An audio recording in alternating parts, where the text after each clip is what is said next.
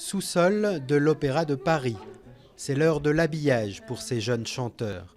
Au programme, une nouvelle répétition de leur comédie musicale sur le harcèlement à l'école, un thème qui parle à ces 36 adolescents, pour la plupart scolarisés en banlieue parisienne. Pour moi, c'était les choses qui étaient rescluses dans un coin du collège, qui n'est même pas dans l'enceinte du collège, qui étaient à la sortie, des choses qui se faisaient sans vision et vraiment très violents. Et je me suis rendu compte que des fois, c'est des choses beaucoup plus subtiles. D'un coup, on se rend compte qu'il y a des phrases, des mots, des attitudes qui font qu'on est un peu exclu. Rose, t'as des épines. Tu pues, Rose. Les moqueries, les injures au quotidien, c'est le point de départ de cette comédie qui raconte le calvaire de Rose, une adolescente de 13 ans, prise pour cible par ses camarades.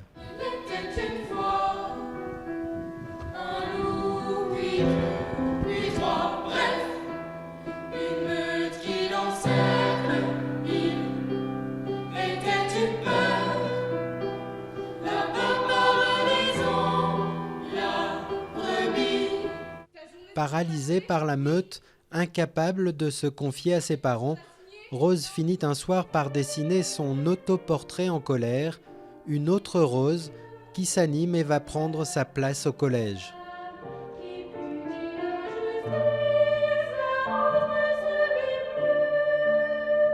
Ce personnage-là parle d'une façon, en transformant les mots, elle est très vive, elle est pleine d'énergie, elle est très drôle.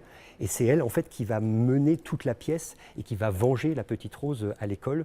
Et justement, de façon très drôle, en donnant des leçons aux différents enfants harceleurs. Alternant entre la drôlerie et la cruauté des personnages, Rose et Rose est une commande du Centre de création vocale et scénique d'Aulnay-sous-Bois, bien connu en matière d'éducation artistique.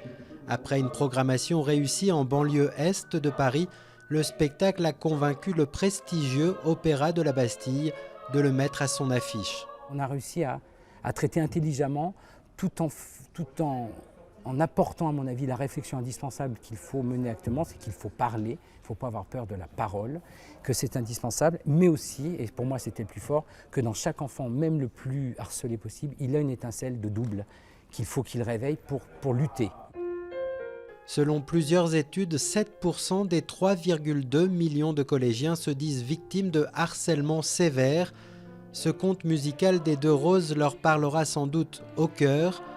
Il est pour une semaine à l'affiche de l'Opéra de Paris.